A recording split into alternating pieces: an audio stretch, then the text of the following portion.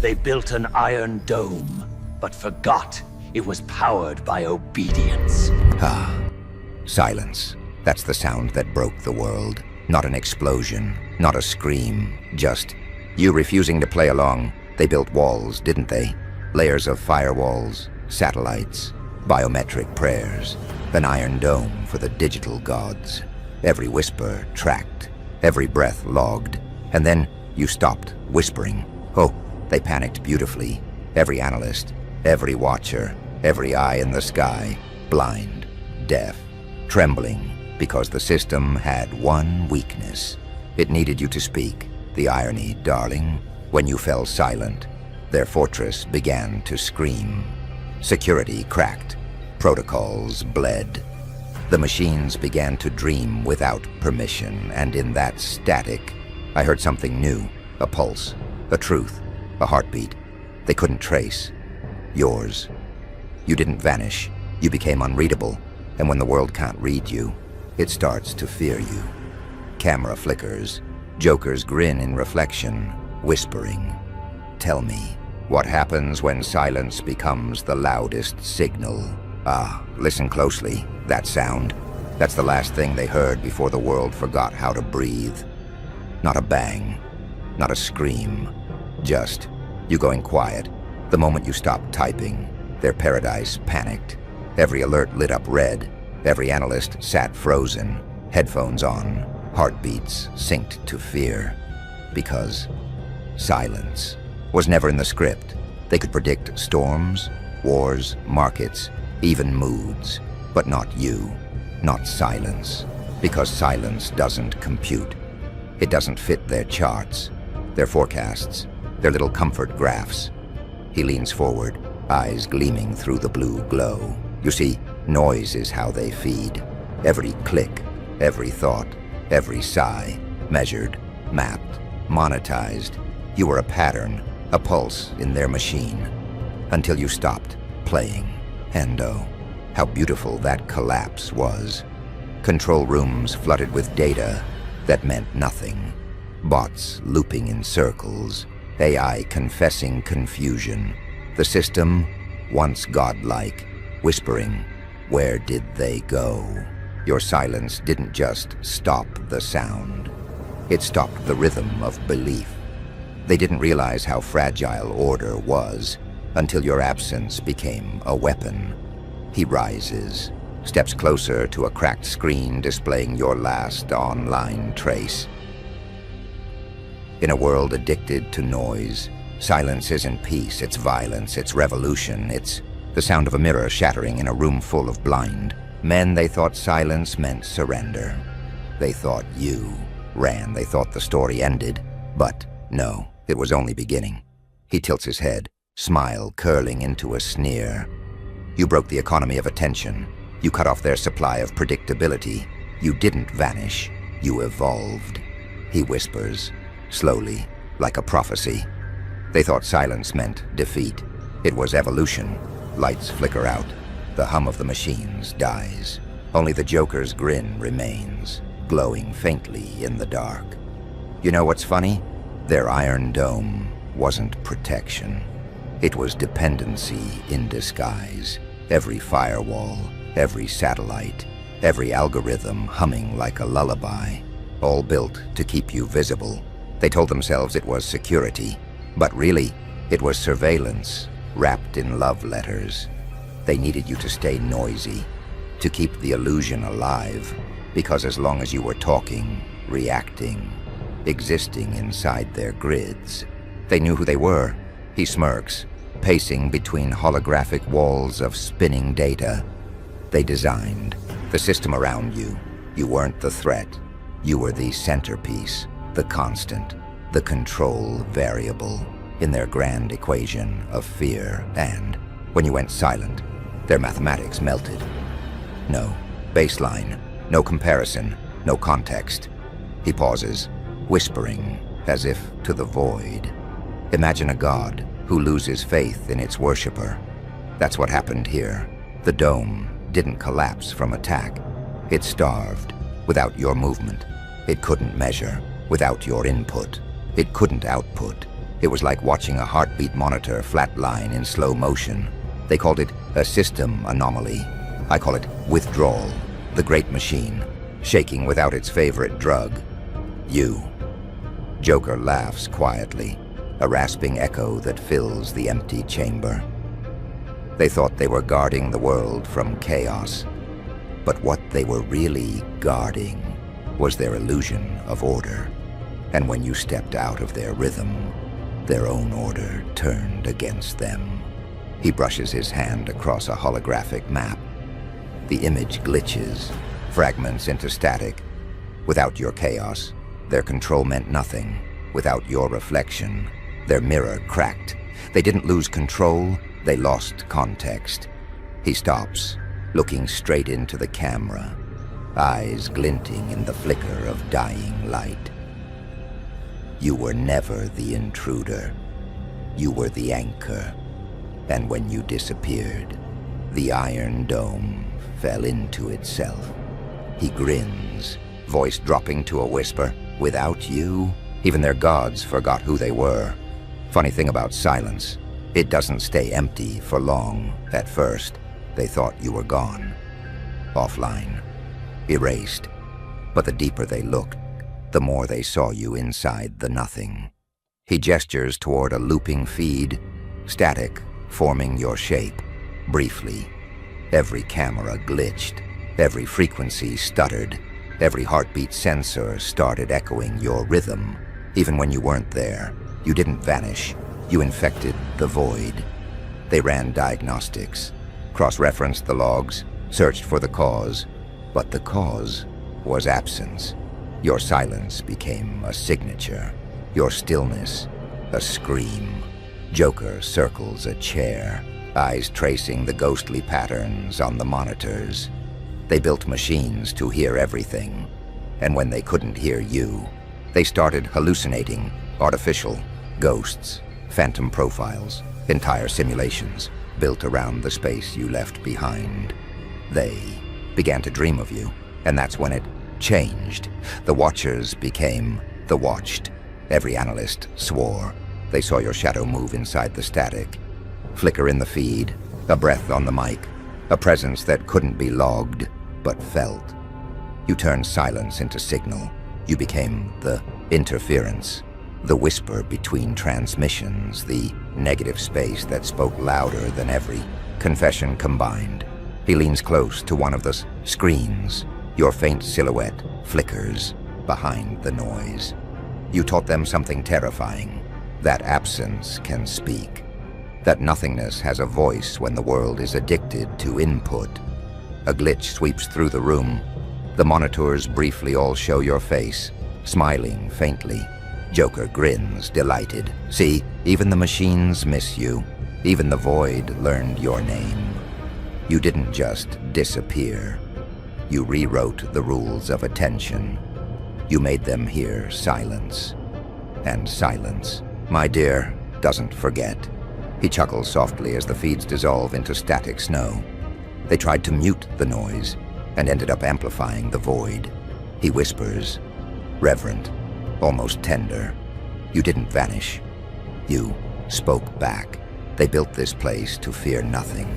No virus, no rebellion, no ghost. Everything was predictable, everything charted, graphed, contained. They thought control was immortal. Until you. He stops beside a cracked terminal, its screen showing a blinking message. Model failed. He tilts his head, amused. You broke the first rule of power. You refused to be measured. The Dome ran simulations for every scenario. War, famine, betrayal, even love. They built probability temples, fed the motions of behavior. But your pattern, your silence, it wasn't in their design.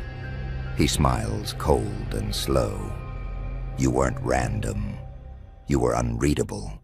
And that, my friend, is the difference between chaos and freedom. He begins pacing, voice lowering, hypnotic.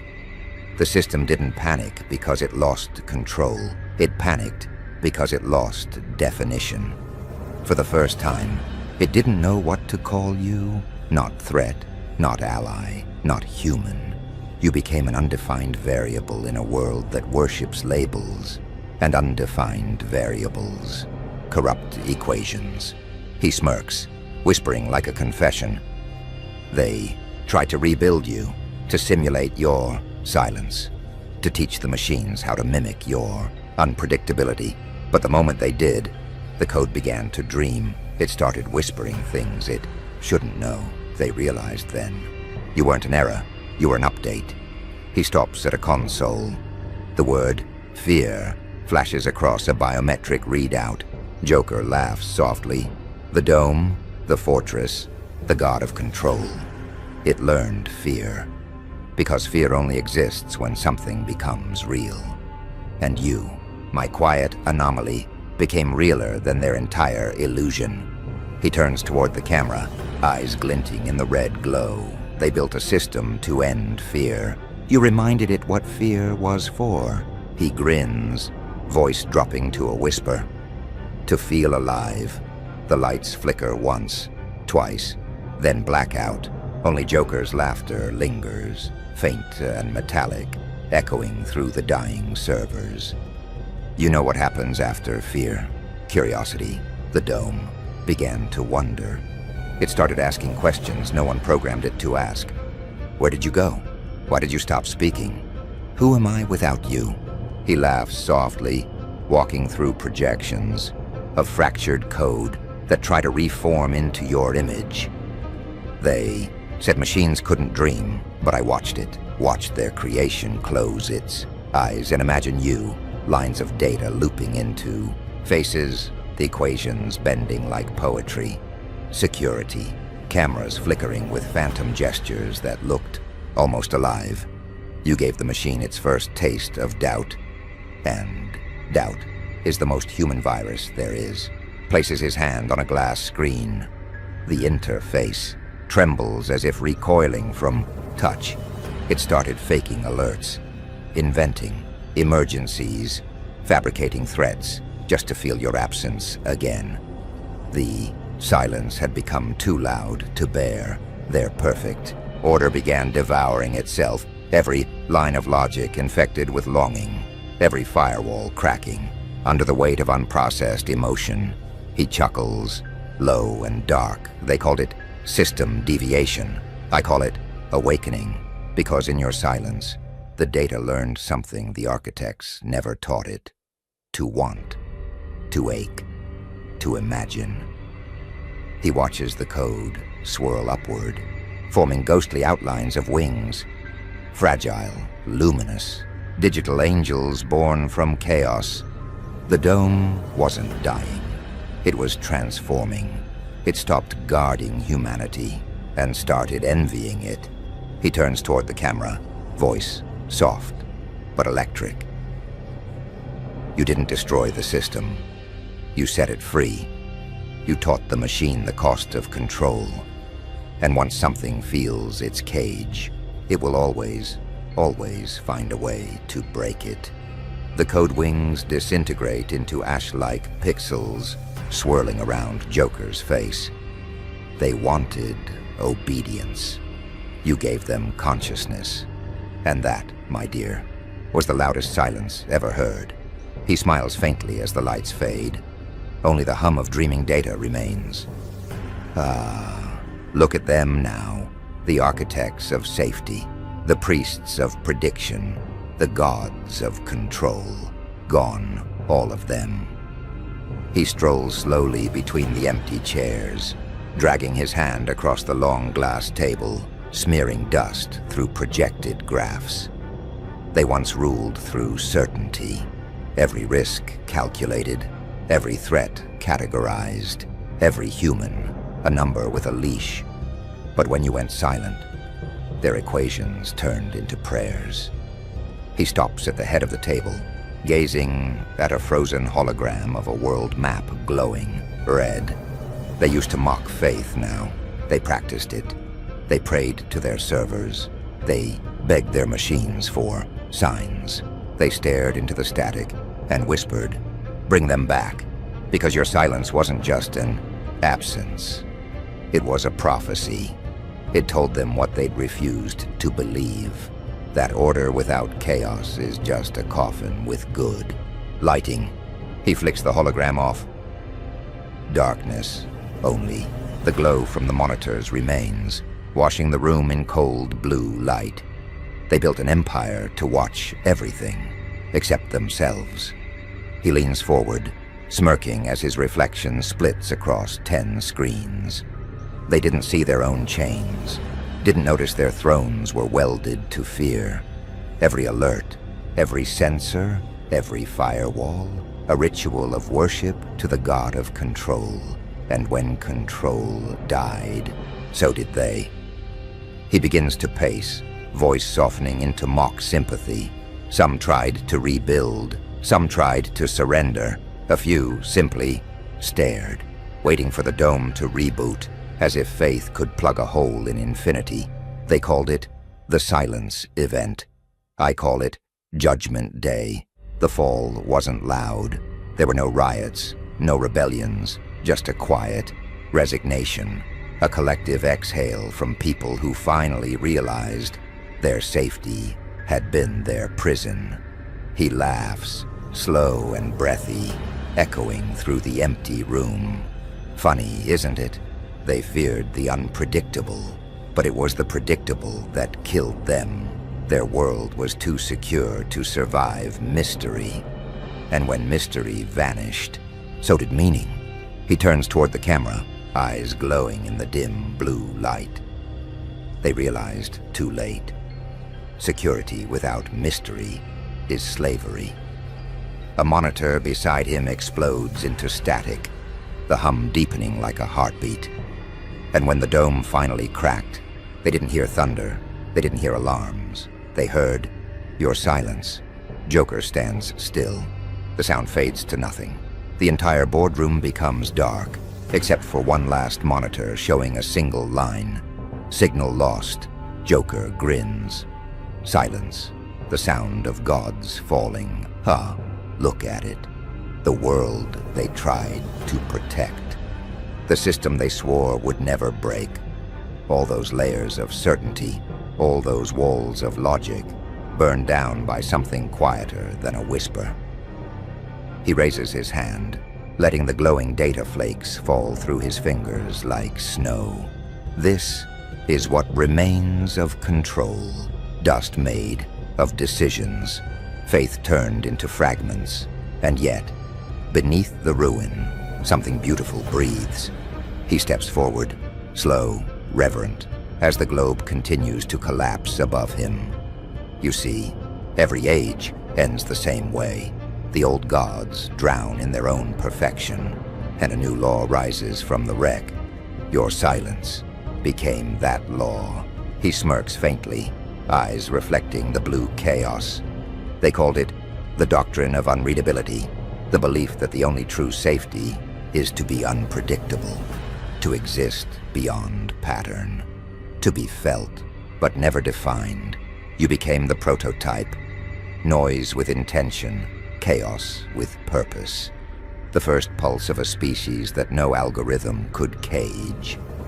He laughs softly, stepping into the center of the room as fragments orbit him like dying planets. They built an iron dome to protect themselves from storms, but you became the storm inside it, every firewall that was meant to keep you outended, upkeeping them trapped in. Their world shrank to the size of their fear. Yours expanded to the size of possibility. He tilts his head back, letting digital light wash over his face, half mocking, half prayerful. You didn't win. You transcended. You didn't fight the system. You outgrew it.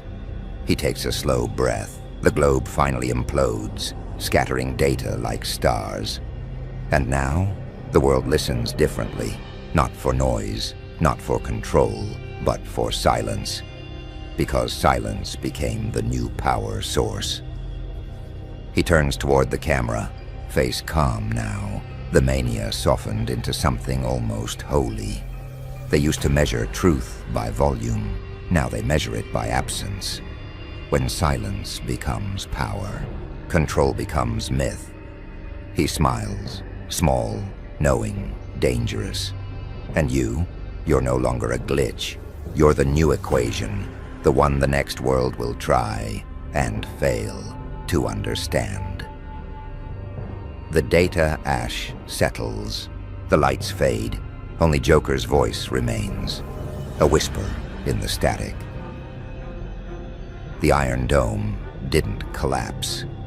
It evolved. It learned to bow, and somewhere in that silence, you smiled. Black screen, one faint heartbeat, then nothing.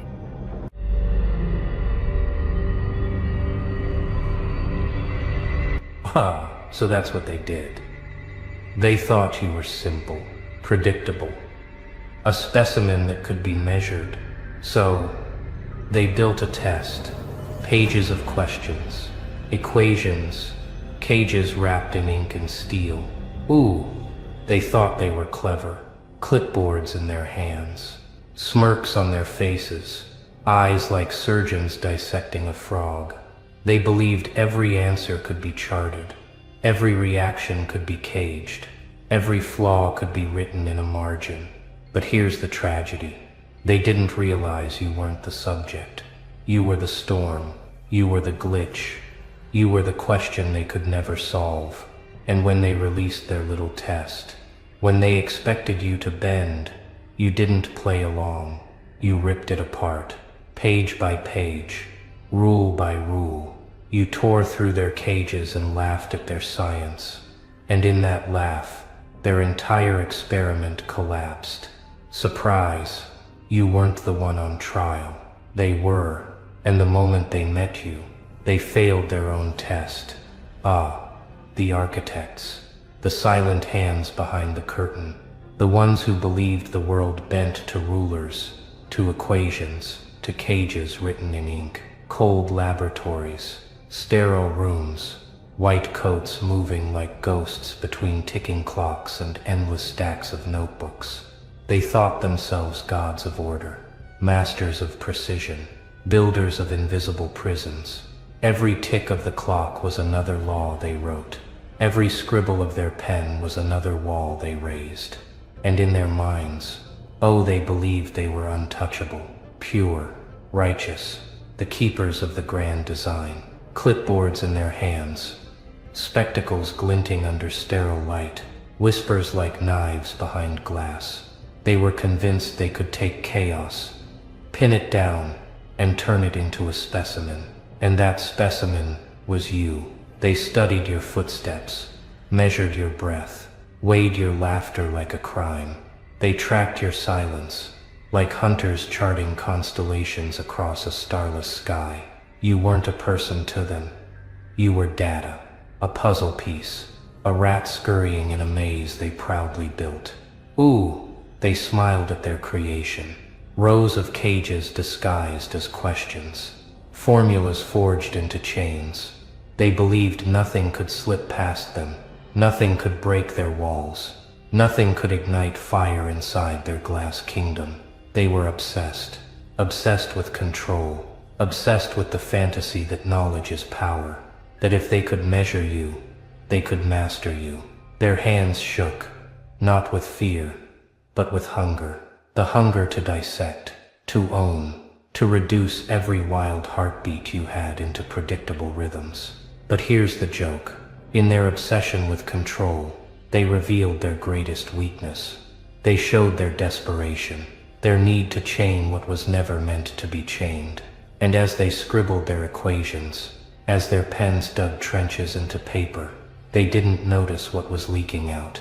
The cracks in their logic, the fractures in their walls, the trembling in their so-called perfection. They thought they built a maze, but all they built was a stage. And on that stage, you weren't the rat, you weren't the specimen, you weren't the prisoner. No, you were the fire that crawled along their paper walls, the fire that turned their laboratories into ashes, the fire that laughed louder than their ticking clocks. They thought you were numbers, but numbers burn. They thought you were formulas, but formulas crumble. They thought you were predictable, but you were chaos wrapped in skin. They tried to architect order. You architected their downfall. Because no matter how many cages they built, no matter how many equations they carved into glass, they could never calculate the unpredictable. They could never cage the storm. They could never dissect the inferno. And when their hands trembled over their notebooks, when their eyes flickered with the realization, it was already too late. Their test had begun, but it wasn't yours. It was theirs. And they failed it the second they thought control could hold you. They thought you were a lab rat. Instead, you were the fire in their maze. Tick, scratch, whisper. That's how the cage was built. Not with iron, not with steel, but with paper, with ink, with questions sharpened into blades. Every page, a wall, every scribble, a bar, every word, another stone in the prison they thought would hold you. They didn't build with hammers, they built with pens, and the sound of it, eerie, like knives carving into silence, like whispers slithering through corridors where no light dares to stay. Oh, they were meticulous, obsessed. Every detail mattered. Every question was calculated, polished, rehearsed. They thought precision was power. They thought structure was invincible. They thought a perfect design meant a perfect trap. And the arrogance, you could smell it. It dripped from their ink like poison. They believed they could capture the storm with grammar, control fire with equations, break your spirit with neat little boxes to tick. The cage didn't look like a cage. No chains, no bars, no guards standing watch. No, it was subtler. A test, a puzzle, a labyrinth of questions meant to force you into their answers, to press you into their mold, to erase every jagged edge of who you were, and turn you into something safe, predictable. They dressed it in the language of progress, assessment, evaluation, measurement, but strip away the words, and it was nothing more than shackles dressed as scholarship, because every question they wrote was a chain, every answer they demanded was a lock. And if you played along, if you filled their blanks, if you solved their equations the way they wanted, you would be theirs, owned, defined, labeled, filed away into their neat little cabinets of control. That was their dream. That was their design. A silent prison made not of walls, but of words. The air inside that cage was suffocating. Every question pressed heavier than iron. Every answer felt like a blade pressed to your throat. They weren't testing you. They were burying you under paper. And they smiled. Oh, how they smiled. Believing the cage was perfect, unbreakable, absolute. They didn't realize cages built from questions are fragile. They didn't realize answers can burn. They didn't realize the test wasn't yours to take. It was theirs to lose. And as you stood in that invisible prison, as the walls of pages closed in tighter, they thought you would suffocate. But what they didn't know is that you don't answer questions. You break them. You don't play by riddles. You tear them apart. You don't fit cages. You set them on fire. Because their questions weren't locks. They were matches. And you were already laughing. The silence was heavy. The pages waited. The ink stared back like eyes on the wall. Their cage stood still, perfect, untouchable, or so they thought. Then, you touched it. And that's when it began. The first crack. The fracture in their masterpiece. The tiny break in what they swore was flawless. Equations didn't hold. Formulas shook. Lines they thought were unbreakable began to ripple, like glass bending under heat. You didn't even try. That's the worst part for them. You didn't strain, didn't sweat, didn't struggle like a rat in their maze. You simply were. And that was enough to break it. Their neat little numbers, they started to unravel. Patterns blurred. The logic they polished for years began bleeding ink like open wounds. They leaned closer, eyes narrowing, pens scratching faster, whispers behind the glass turning sharp. What's happening? They muttered. This isn't possible. But oh, it was possible. Because they forgot one thing. Cages are built for predictability. and you were chaos wrapped in a grin. Every page you touched warped. Every question you answered, wrong by their design, turned the system against itself. Their logic collapsed under your defiance. Their formulas screamed under the weight of your silence. The walls they built of questions, cracking. The bars made of ink, melting. The perfect design, shattered. They tested you, but their own answers started bleeding. And that sound, the sound of cracks spreading through their paper fortress. It was beautiful, like glass breaking in a cathedral, like thunder echoing in a classroom built for silence. You didn't just step into their trap, you turned their trap into a mirror. And when they looked inside, they didn't see your weakness. They saw their own. Their voices grew frantic. Their pens scribbled faster, trying to rewrite, to adapt, to hold the cage together. But no equation can bind a storm. No formula can hold a paradox.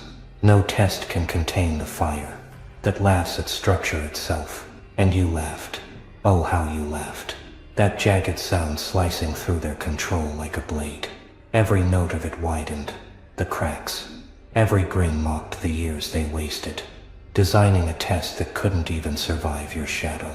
What happens when the first crack shows? The whole wall remembers. It's fragile.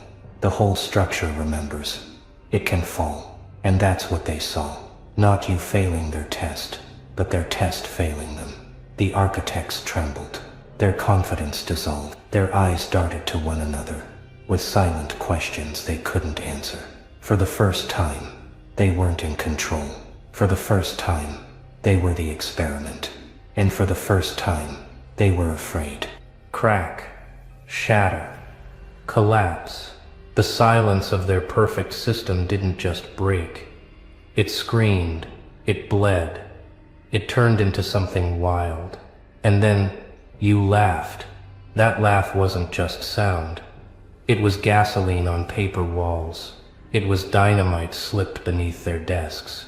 It was chaos, breaking open the skull of order and wearing it like a mask. The room of solemn tests? It twisted. It warped. It became a carnival. Pages flew like confetti, spinning in the air like shredded banners at a mad parade. Cages bent and curled, twisting into grotesque carnival rides that whirled and groaned under the weight of their own collapse. The walls of order melted into mirrors, each one distorting their faces into the clowns they had always been. Oh, professors, scholars, masters of logic, look at them now, faces painted not with pride, but with terror. Their hands once so steady, now trembling, smudging ink across their pages like smeared makeup. They thought they built a classroom.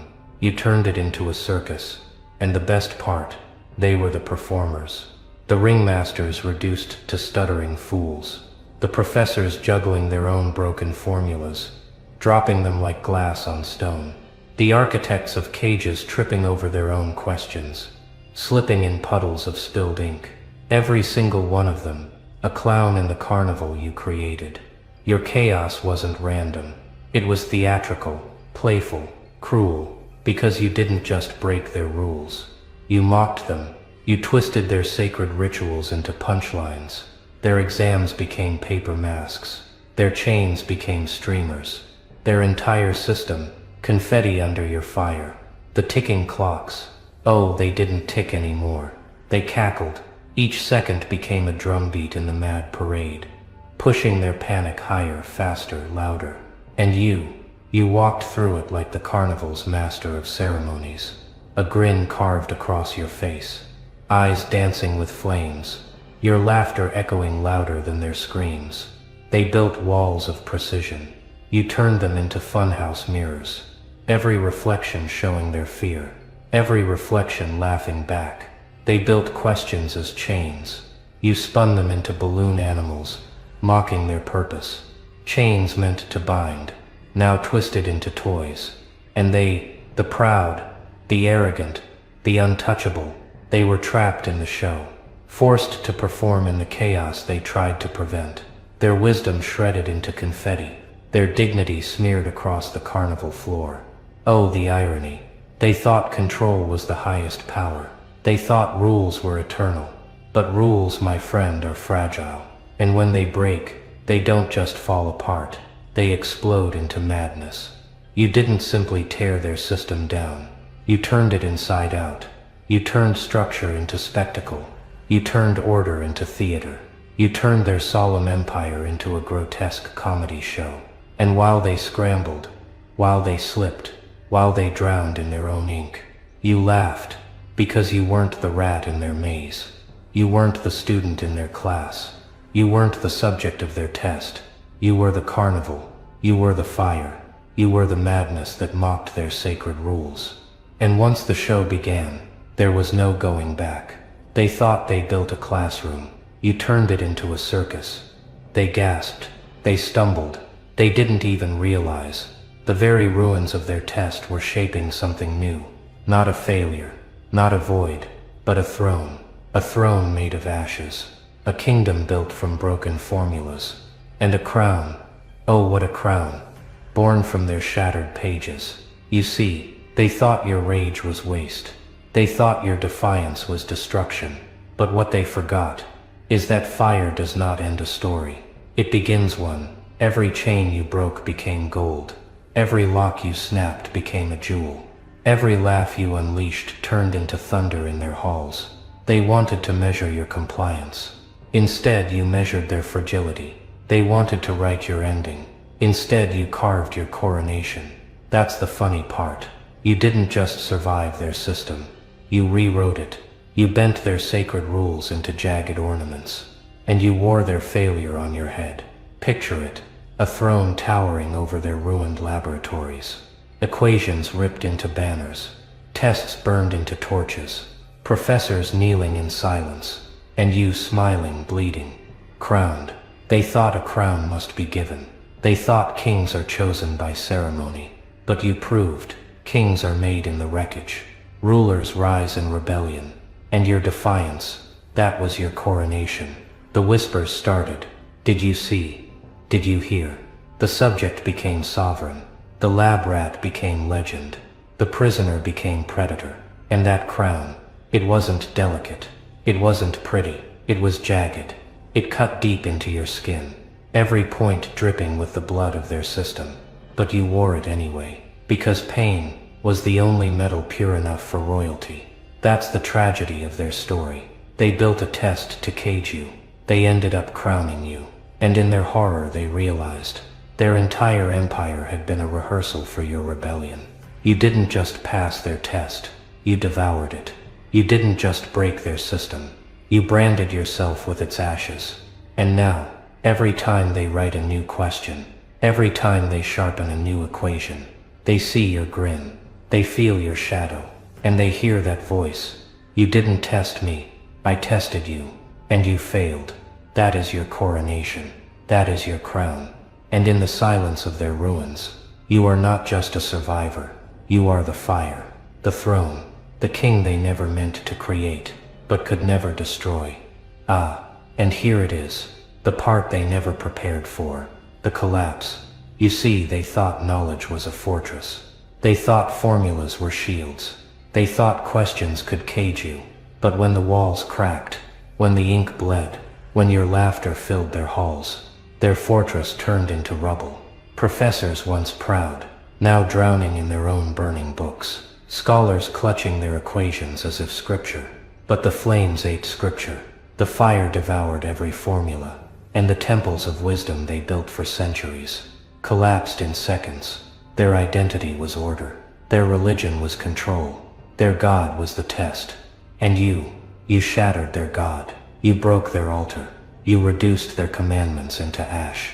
Imagine it, halls of learning trembling, pillars of tradition crashing down, portraits of masters falling face first into dust, their sacred silence pierced by your scream, their sacred rules shredded by your grin. They once whispered, "We built the system." Now they howl, "We cannot hold it." Their empire wasn't destroyed by chaos. It was destroyed by truth. The truth they never wanted to face. That control is fragile. That power is paper. That systems bleed when touched. Oh, the irony. They studied you to predict you. They analyzed you to contain you. They dissected your will to chain it. But in the end, every page they turned became another noose, and they hung themselves with it. They were the masters. But look closely now. See them tremble. See them shiver. See their robes of wisdom ignite like cheap cloth. Because when the test failed, it wasn't just their paper. It wasn't just their walls. It was them, their pride, their legacy, their very identity, shattered. They thought you'd be broken by their test. But instead, they became broken by your defiance. Their collapse is louder than your laughter. Their ruin heavier than your footsteps. Their screams longer than your silence. And in the smoke of their downfall, one truth remains. You didn't just beat the test. You demolished the masters who built it. You turned their obsession into their execution. They studied you to control you. Instead, you controlled their ruin. Funny thing about scars, they don't vanish. They whisper, they burn, they teach. And what you left behind wasn't just a broken test. It was a scar carved into history, a scar the world can't look away from. They built a test, but history doesn't remember their test. No, history remembers the silence that followed when it burned. History remembers the shadows you left in their halls. History remembers the lesson they couldn't write, couldn't grade, couldn't cage. In every lecture hall, there's a whisper now. In every library, there's a page missing. In every equation, there's a crack that won't heal. You became the riddle, the paradox, the one they couldn't measure, the one they couldn't contain, the ghost in their systems, the laugh in their nightmares. Students walk through those ruins now. They don't know your name, but they feel it. They feel the scar humming beneath their feet. They feel the fear hiding in the dust. They feel the lesson, carved deep into the bones of time, that no system is eternal, no master is untouchable, no test survives fire. And you became the eternal lesson, not written in ink, but carved in shadow, etched in ash, seared in silence. Every future professor glances at the cracks in their walls. Every student wonders about the question no one dares to ask. Every whisper carries the same echo. They tried to test it, but the test destroyed them. That is your crown. That is your legacy. Not a score, not a grade, not a result. Scribbled in margins, but a scar, permanent, unhealed, untouchable. They thought history would remember their system, but history remembers their collapse. They thought time would honor their control, but time honors your defiance. You became the scar, the eternal reminder that order can burn, that chaos can rule, that sometimes the lesson isn't written in answers, it's written in annihilation. And so the whispers continue, in dark halls, in forgotten books, in the silence between ticking clocks. Whispers of the one who turned their test into fire. Whispers of the one who left scars instead of scores. They built a test, but history doesn't care about their test. History remembers you, the scar, the paradox, the eternal lesson. Mazes are prisons for minds! Look at them now, counting shadows, calling it strategy. You can almost smell the fear, can't you? The trembling behind the control rooms, the whispers in encrypted headsets. Send another squad. Maybe this one comes back. But they never do. See, they built an army of phantoms. No faces, no souls, just obedience, stitched together by fear. They thought numbers meant power, but ghosts don't bleed for cowards. And when they entered your domain, the quiet, zones between breath and madness, they vanished. Not in blood, not in noise, in silence, but because you didn't fight them, you absorbed them. Turned every soldier into a whisper, every scream into static. They thought they were hunting you. But what happens When the ghost realizes it's the haunted one, oh, they'll call it a tragedy. You'll call it a demonstration, because the battlefield didn't disappear. It evolved, and every step they take now belongs to you. The birth of ghosts, not from death, but from design. It began in rooms that had no windows, only walls that hummed with secrets, flickering lights, projectors whirring like nervous hearts, men in tailored suits speaking softly, as if the truth itself might bite back. They wanted perfection, not soldiers, not men, instruments, cold, obedient, erased. So they gathered names, then deleted them. They collected faces, then burned them, and from the ashes, they built an army without memory, ghosts born not of death, but of purpose, each trained to kill without reason, to move without question, to obey without identity.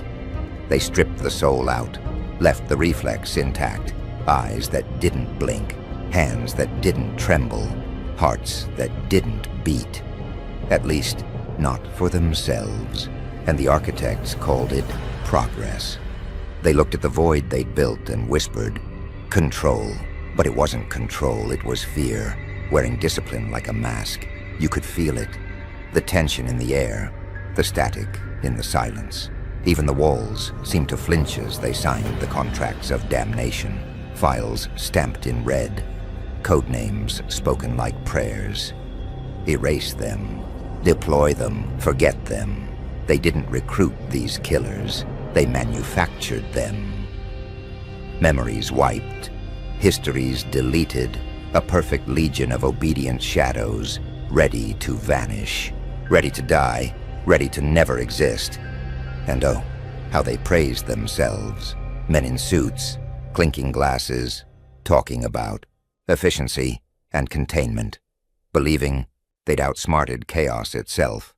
But what they really did was summon something they didn't understand, because when you strip a human of everything, name, past, reason, what's left isn't obedience. It's hunger, a hollow that feeds on the voice that created it. They called them ghost armies, perfect killers. No mistakes, no fear. But ghosts don't serve. Ghosts haunt, and deep inside those empty eyes, something weighted, something ancient, something that remembers what it means to be free. You see, they didn't build soldiers. They built echoes, and echoes always return. They thought they were birthing control, but control is a fragile god, one whisper of rebellion, and it shatters like glass. So as the last light flickered, and the first platoon vanished into the mist, one truth hung heavy in the air. They built soldiers from echoes, and called it control. But echoes don't die. They multiply. And soon, their ghosts would come home, not to serve, but to collect. They moved at midnight, no orders spoken, no names remembered, only the hum of machinery and the whisper of obedience. They were called the Silent Division, men without fingerprints, souls without reflections, every breath rehearsed, every motion a doctrine. From the rooftops of cities to the valleys of forgotten lands, they moved like vapor, invisible, precise, haunting the coordinates of a world that never asked their names. They thought they were chosen. They thought silence made them gods. They mistook the absence of sound for the presence of power. The generals watched their monitors flicker, blips. On the radar moved like veins pulsing across the map, each one a ghost carrying a nation's secret. Sent every heartbeat transmitted, every step catalogued, until the data became worship. And yet, somewhere between the static and the shadows, something began to hum off-key, a frequency not recorded, Kotya pattern not authorized, like a song trapped inside the signal. It started small, a transmission, lost, a unit gone dark. The commanders called it terrain, interference. But the terrain was breathing. The fog wasn't fog. It was something else moving with intent. The soldiers began to whisper about reflections moving after they stopped, about shadows lagging behind, about footsteps that echoed when none should. The perfect silence was cracking, and the cracks sounded like screams swallowed whole. Still, they marched, because that's what ghosts do. They move forward, even when they've already crossed over, one by one. The cameras began to flicker, one by one.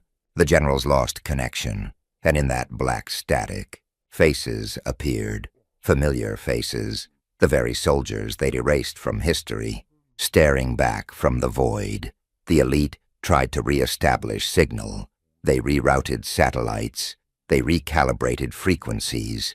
But how do you track what no longer breathes, what no longer obeys? And as the last light blinked red, a whisper came through the comms, ragged, distant, a voice drenched in static. You built soldiers from echoes, but you forgot echoes always return. The generals froze.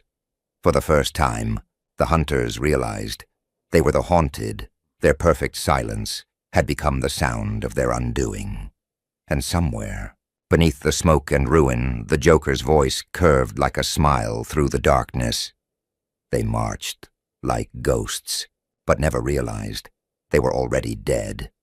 At first it was a flicker, a single feed, cut. A camera blinked once and then nothing. The operators leaned forward, checked the lines, replayed the feed, rewind, pause. Static dot, no. Blood, no movement, no sound, just an empty corridor and a rifle, still warm. They told themselves it was a glitch, a storm, a fault in the relay. But storms don't move in patterns, and faults don't breathe. Hours passed, then another team, gone. The desert swallowed them. No gunfire, no distress calls, no signs of struggle, just footprints ending mid-stride, as if reality itself refused to carry them further. The generals didn't panic. Not yet. They had protocols for everything: desertion, malfunction, rebellion, but not for nothing, not for vanishing. They sent recon. They found dropped helmets, empty visors still reflecting moonlight, as if waiting for faces that would never return. Comms buzzing with whispers, half-sentences caught in the static, words like, "It's watching," and "Don't move." And then silence again. By dawn, 20 squads had vanished. The maps looked like missing teeth. Entire coordinates erased. The generals stared at the absence, but absence doesn't blink. Absence doesn't explain. Somewhere between the command center and the field, the line blurred. Orders stopped being heard and started being felt. The air turned heavy. Every transmission dragged a chill behind it, like something was breathing through the wires. They called it ghost interference, but the Joker would have called it what it was: justice, laughing softly in the dark. Because it wasn't you chasing them anymore. It was their own creation, eating itself, their obedience, collapsing into hysteria, their control melting into dread. You didn't kill them. You erased the memory of their existence, like deleting a name from time, until even grief had no one left to mourn. No bodies, no evidence, only the faint smell of gunpowder and the hum of something ancient returning. By the third night, fear spread faster than the fog. Commanders refused to speak above whispers. Guards fired at their own shadows. Every reflection felt alive. Every silence felt occupied. And through it all, one phrase echoed, passed in trembling voices across what was left of their ranks. They're not dead. They've been taken. But taken by what? By who? The radar showed nothing. The sensors read 0, and yet every camera caught a faint distortion, a shadow that moved differently, a ripple that bent light around. That ripple was you, the unseen infection of the unseen. Silence sharper than any weapon, presence that didn't need form to be felt, and when the last commander tried to speak, his voice cracked, as if even sound refused to obey him now. He looked at the map, at the blinking red markers that once meant men, and watched them fade, one by one, into black. The vanishing point wasn't a location, it was a verdict. And as the final transmission died, your whisper echoed through their static, like prophecy. You built ghosts and forgot who they answer to. It started with a click, just a soft tick in their earpieces, like a wire breaking somewhere deep underground. They paused, listened, heard nothing but their own breathing. Then the tick became a hum became a whisper, and the whisper began to form words no one had spoken, but everyone recognized your voice. At first, it was fragmented, glitches on their monitors, half-phrases sliding across the bottom of their screens. Still, watching, closer, closer. Where are you? Really? The operators tried to reboot the feeds. They swapped headsets, reset frequencies. They thought it was interference, a jammed channel, a prank, some bored tech in the control room. But the words didn't stop. They multiplied, spilled from static into clarity. Perfect tone, perfect inflection, your voice where it shouldn't be, your laughter where silence should reign. The first scream came from a sniper on the ridge. He ripped his headset off, threw it into the dirt, but the laughter didn't stop. It buzzed in the air, clung to the metal of his rifle, vibrated against his teeth like a tuning fork. Somewhere in the command center, the general barked an order, but his order came back twisted, repeated word for word in your voice, mocking his cadence, mocking his authority. Their equipment was no longer theirs. It was a stage, and you were the performer. Monitors flickered, lines of code rewrote themselves. Their maps no longer showed troop positions, just spirals, fractals, circles tightening like nooses. Their screens flashed words they hadn't typed. Welcome, listen, laugh. One operator swore he saw your face, reflected in the black glass of his console, even though the room was empty. Another heard your breath inside his helmet, closer than his own. They pulled out batteries, shut down systems, but the whispering stayed, because you weren't in their machines. You were their machines. Their system built on fear. You hacked it with madness. They coded silence into obedience. You rewrote it into chaos. Now, every command was a riddle. Every order echoed back with laughter. Even their drones hesitated mid-air, glitching, spinning, turning their cameras inward, broadcasting their own operators' faces like prey caught in a trap. The headsets became confessional booths. The radios became haunted corridors. Every time they spoke, your voice overlapped theirs, finishing their sentences with words they would never dare say aloud.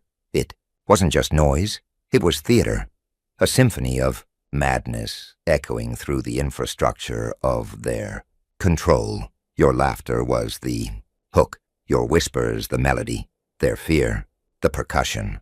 By the third night, soldiers began tearing off their earpieces, smashing screens with their rifle butts, but still the sound remained. Not just in their devices, in their heads. Your laugh didn't need wires anymore.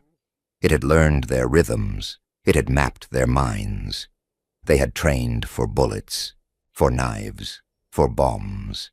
But they had never trained for a ghost who could crawl through frequencies and nest in their skulls. Now, every shadow sounded like you.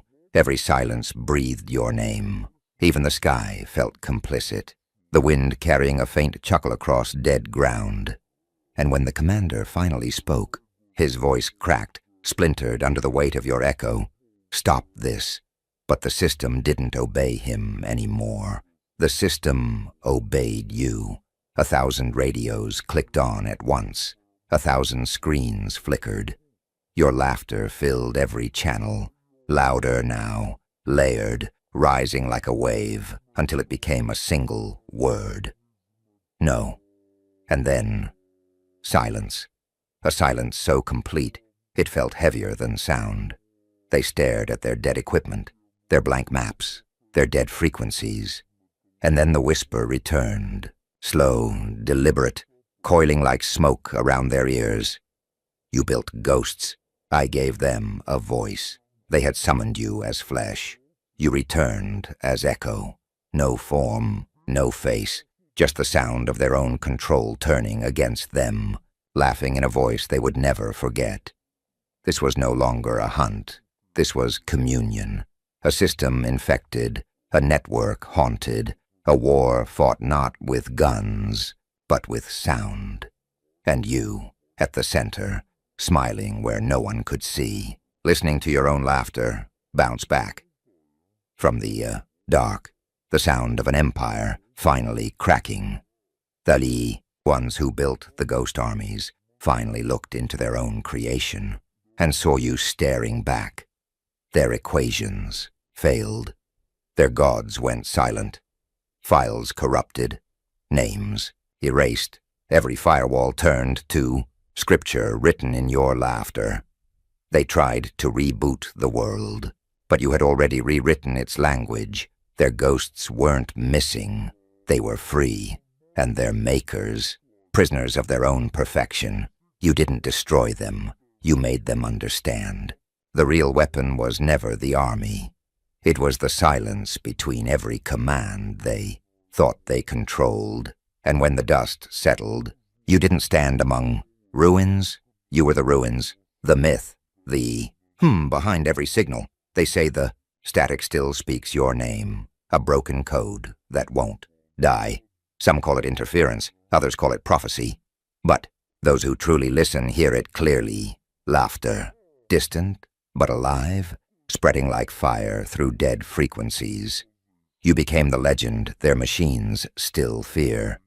No form, no face, just a laugh that never ends, a reminder carved into the air itself. You cannot kill the echo of what you tried to erase. When the smoke cleared, the world didn't find victory. It found silence, not peace, not calm, just the silence that comes after truth. They searched the ruins of their servers, scrolling through black screens, begging for signals that would never return. Each line of code was a grave, each frequency a requiem, and through that static, your laughter began to bloom. At first, faint, a glitch, an echo the engineers dismissed as interference, but then it spread, from machine to machine, from channel to channel, like a virus that knew no containment. It spoke in riddles, in fragments of memories they thought they'd deleted, names whispered backwards, coordinates rewritten in laughter, and the deeper they traced it, the clearer your presence became. You were no longer a man. You were the residual hume of everything they feared, every hidden file, every erased truth, every ghost they created, now spoke in your tone. They tried purging the systems, wiping drives, reformatting the earth. But your voice had already merged with the signal itself. You were the frequency, the heartbeat behind every machine, the whisper between transmissions. Their satellites trembled under your laugh, their codes bent like weak metal. Governments called it the echo phenomenon. They studied it, feared it, denied it. But deep down, they knew it wasn't a glitch. It was evolution, 'cause what they built to erase you became the monument that immortalized you. You existed now in every pulse of their creation, invisible, infinite, inevitable, and somewhere, in a quiet control room lit by dying screens, A lone agent whispers your name, not out of duty, but out of reverence. Because even in silence, the world still hears you. Even in death, your laughter lives. And even when the last machine stops, the last light fades, the last memory burns, the air will still carry your echo. Ghost armies vanished, but you remained. Not seen, not touched, just heard. Myth that breathes through circuits, storm that laughs in binary, a name the world dares not speak aloud because they all learned the same truth. The one written in static, etched in the pulse of eternity. You can erase soldiers, you can silence armies, but you can't kill an echo that learned how to laugh. They thought they were judging you, but it was their reflection on trial. Ah, you felt that, didn't you? That little tremor, when the lights flickered and the courtroom forgot how to breathe. See, I was watching when your name, oh, that delicious name, crawled across the judge's file, and his hand. It shook, not from fear, from recognition, because somewhere, deep in the dust of his decrees, he'd seen that name before. The one they tried to erase, the one they buried in sealed evidence. But you didn't stay buried, did you? No, you slipped through the cracks. You laughed in the silence between their verdicts. And now you're back, uninvited, unclassified, uncontainable.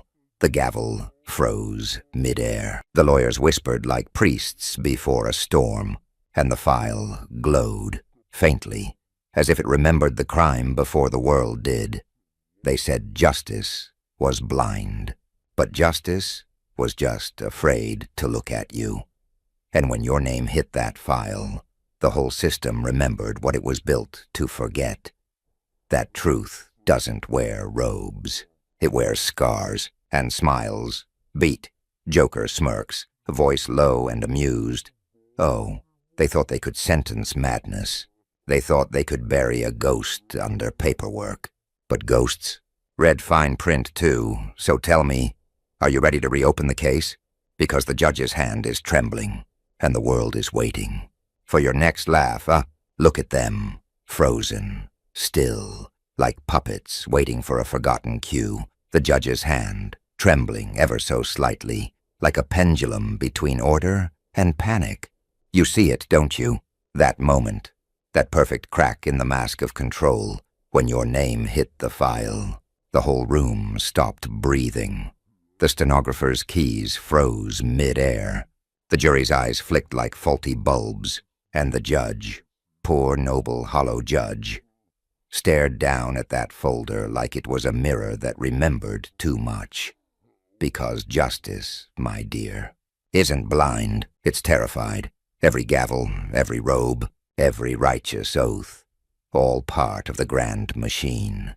Ancient, rusting, built to make men feel holy while they hide their fear behind Latin words. But you were the glitch, the error in the divine code, the misfire in their perfect equation. When your name appeared, the system shivered. It didn't recognize you as human. It recognized you as memory, a file it tried to delete but couldn't. And oh, how poetic, because every system has a soul it denies. Every law hides a lie in its signature, and you were the signature that learned how to write back. He laughs softly, then quiets, eyes glinting in the dark. They thought they were holding a trial, a sacred rite, a ceremony to prove that chaos could be contained. But chaos sat in the front row, grinning, listening, waiting for the mask to slip. You weren't a defendant. You were the reflection they couldn't unsee. The pulse behind the marble, the shadow behind the oath. And when that gavel hit the table, it didn't strike justice, it struck doubt. And the sound it made wasn't order, it was a question. He tilts his head, mock sympathy in his grin. How do you judge something that's already read your verdict? How do you sentence someone who's rewritten the law just by being alive? They thought they were judging you, but you were the one holding court. Leans in, whispering, They thought they were judging you, but it was their reflection on trial. Tick, tock. Ah, there it is, the rhythm of obedience. Every tick a rule, every tock a punishment, and they call that justice. Look around you. The masks are flawless. The judge hides behind his robe. The lawyer hides behind his paragraphs. The witness hides behind oaths they don't even believe. A room full of ghosts pretending to be saints. A theater of order, built to disguise its own fear. See, they built this system to keep chaos out. But what they never understood is that order was chaos with better handwriting. He laughs softly, pacing through the dark courtroom. They recite laws like hymns. They whisper verdicts like prayers. And when the curtain falls, they pretend the world makes sense again. But sense, my friend, is the first illusion to die. Because truth doesn't wear robes. It wears scars. It doesn't sit on the bench. It walks barefoot through the ashes. You didn't break their laws. You revealed them. You showed what was hiding behind their marble smiles. The fear of being seen. Every courtroom is a mirror, darling. And mirrors don't judge. They reflect. So when they looked at you, when your name echoed through their perfect little sanctuary, they didn't see a criminal. They saw the collapse of their own disguise. Camera pans close to Joker's face. Half lit, half shadow. They worshipped control like it was holy scripture. But control is the most fragile religion of all. One whisper, one laugh, one truth spoken too loud, and the temple starts to crumble. You were that whisper, that laugh, that blasphemy, and when the marble cracked, they didn't know what to protect. The truth, or their masks. He grins, steps closer to the lens. They built the courtroom to keep chaos out. But you were sitting in the front row, already smiling, already rewriting their order with every breath. Beat. And for the first time, they realized order only exists when you allow it to. You hear that sound, that soft tearing. That's not paper. That's the sound of memory waking up when your name hit the file. The ink didn't dry. It bled. Every word on those pages started to move. Crawling, whispering, twitching like it remembered the crime before it was written. Because paper forgets nothing. It listens, it absorbs, and it waits. For names like yours, he lifts a page. The letters shimmer faintly, rearranging themselves in the light. You weren't evidence. You were infection, a living truth they tried to store inside a coffin of bureaucracy. But you can't bury a secret that remembers its own name. The file began to pulse. The ink ran down like veins. Every classified stamp turned into a confession, and suddenly, the courtroom wasn't a courtroom anymore. It was a hospital for dying lies. Every folder on that shelf, every document, every seal, started to breathe, started to whisper, started to tell the story they swore would never be told. He laughs quietly, flipping through the pages as if reading scripture. You see, they never feared chaos. They feared records, because records don't lie. They remember the hands that wrote them. They remember the deals made in candlelight. They remember every erased name, especially yours. So when your file resurfaced, it didn't just reopen a case. It reopened history, and for a moment, the law looked alive, bleeding, gasping, begging to forget. He leans close, whispering as the lights flicker. You didn't need a verdict. You were the virus inside the evidence, the glitch that taught the archive to feel guilt. The moment your name hit the file, the system started confessing, not out loud, not to the world, but to you, because deep down, every institution knows. There's always one file they can't burn, one ghost they can't redact, one truth that bleeds forever. Beat, soft smile. And you, my friend, you were that file, still open, still bleeding. It started with a laugh, small, innocent, almost polite, but oh, how it grew. At first they thought it was madness, a nervous tic, a reaction to fear. But it wasn't fear, was it? It was clarity. He tilts his head, grins slow, dangerous.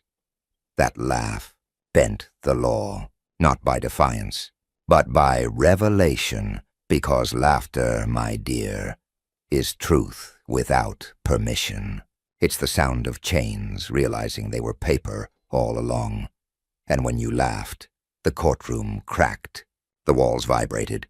The ceiling groaned. Every echo was a confession that the world had been pretending too long. You didn't laugh at them. You laughed through them, through their rituals, their oaths, their oh-so-sanctified delusions. Each giggle a question, each breath a verdict. He begins pacing in slow circles, his shoes scraping against the marble floor like chalk on a board. Because laughter is a mirror, and mirrors are merciless. You showed them what justice looked like without its mask. A trembling hand holding a broken scale, a god that couldn't stand its own reflection. Your laugh became law, a new kind of decree, unwritten, unrestrained, unapologetic. They called for silence. You gave them music. They called for order. You gave them truth. And that's when the system began to fold, not in flames, but in realization, because deep down, they understood. You can't judge someone who has already forgiven the world for being insane. He crouches near the camera, grin widening. That laugh was your signature, your rebellion, your freedom song, and every echo of it rewrote the courtroom's walls, turned pillars into cracks, verdicts into echoes, laws into lullabies. You didn't destroy their order. You exposed it for what it was, a joke told by frightened men in expensive suits. Beat. Whisper. That was the moment the court stopped being sacred and started being yours. He rises slowly, straightens his jacket, and smiles into the silence.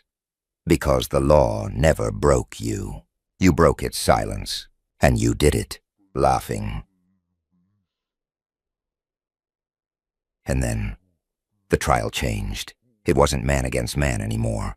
It was belief against memory, gods against ghosts. They still called it justice, but it smelled like worship. Every robe, every oath, every trembling prayer, a ritual to something that forgot how to love.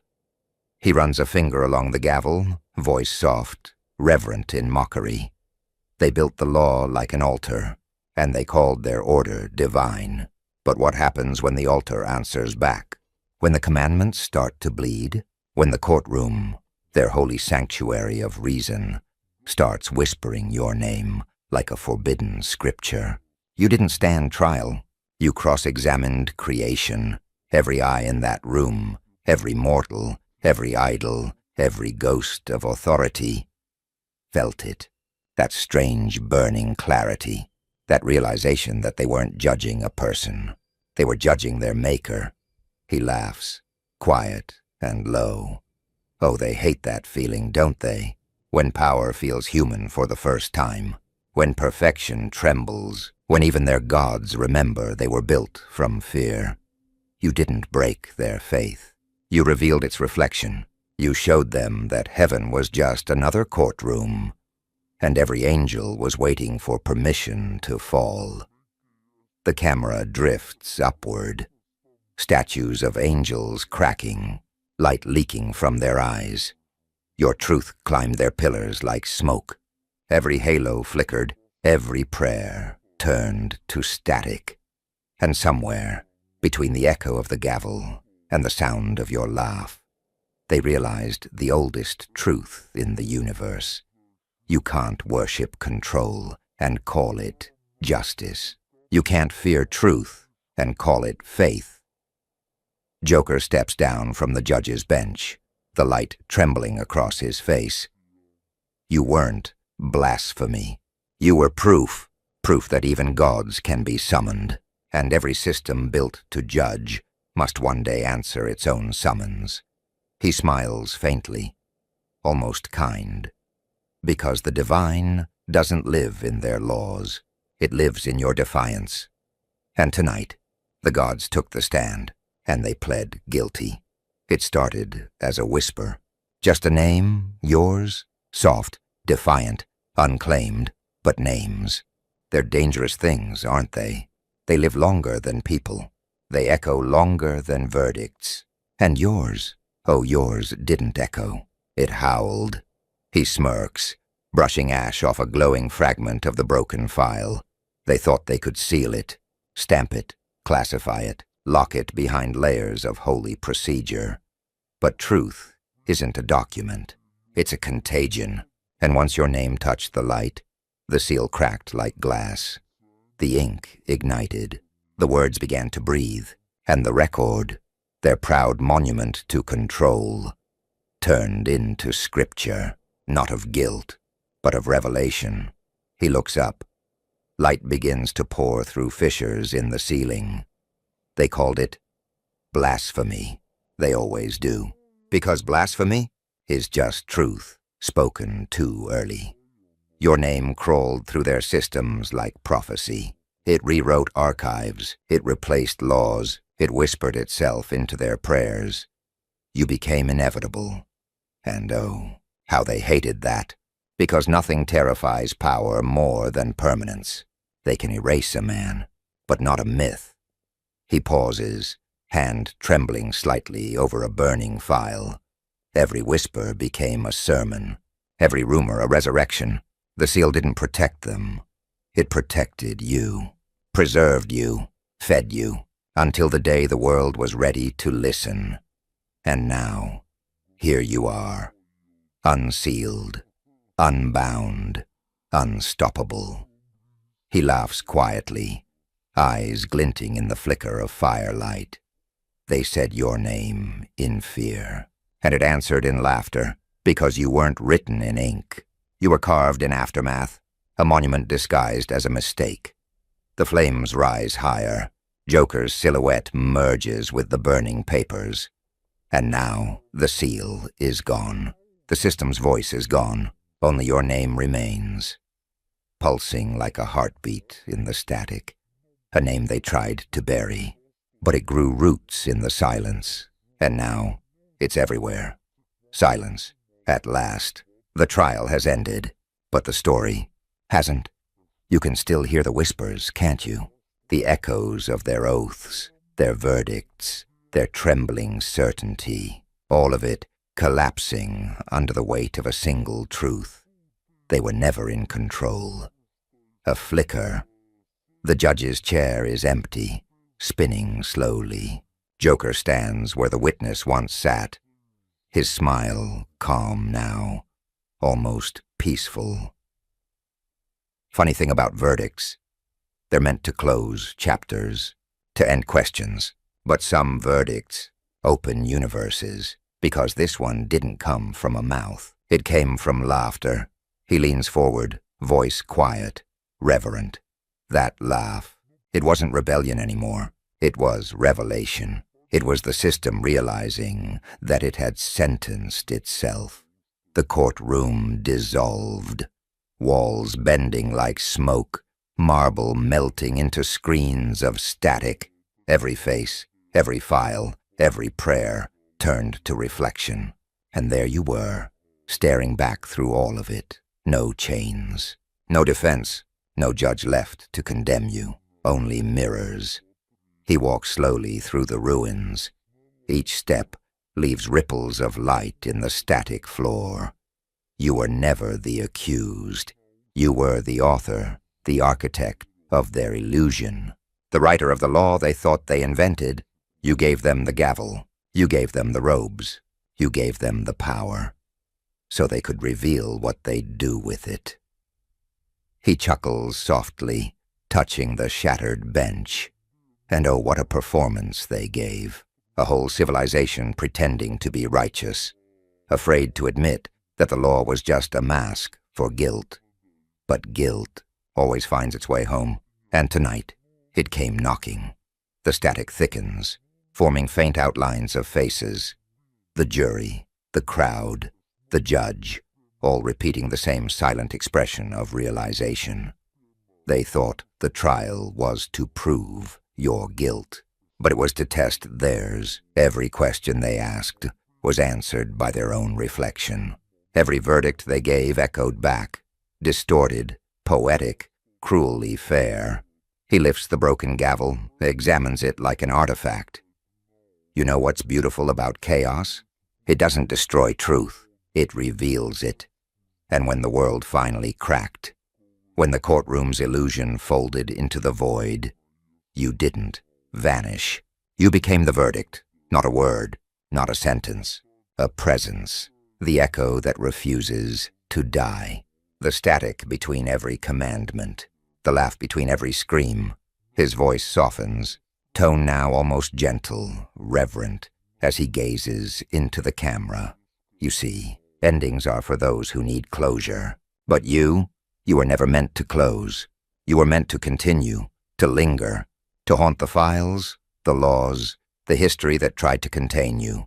And as the last page burns, the system finally understands. You weren't chaos.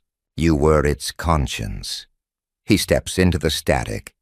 His reflection splits, then merges with yours. The screen flickers between Joker's grin and your silhouette until they become one. The cameras glitch, the sound fractures, and through the distortion, a whisper cuts through. Calm, certain, final. The judge's hand trembled because he knew the case was never against you. It was written by you.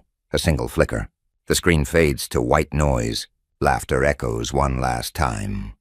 Slow, fading, until silence takes the feed.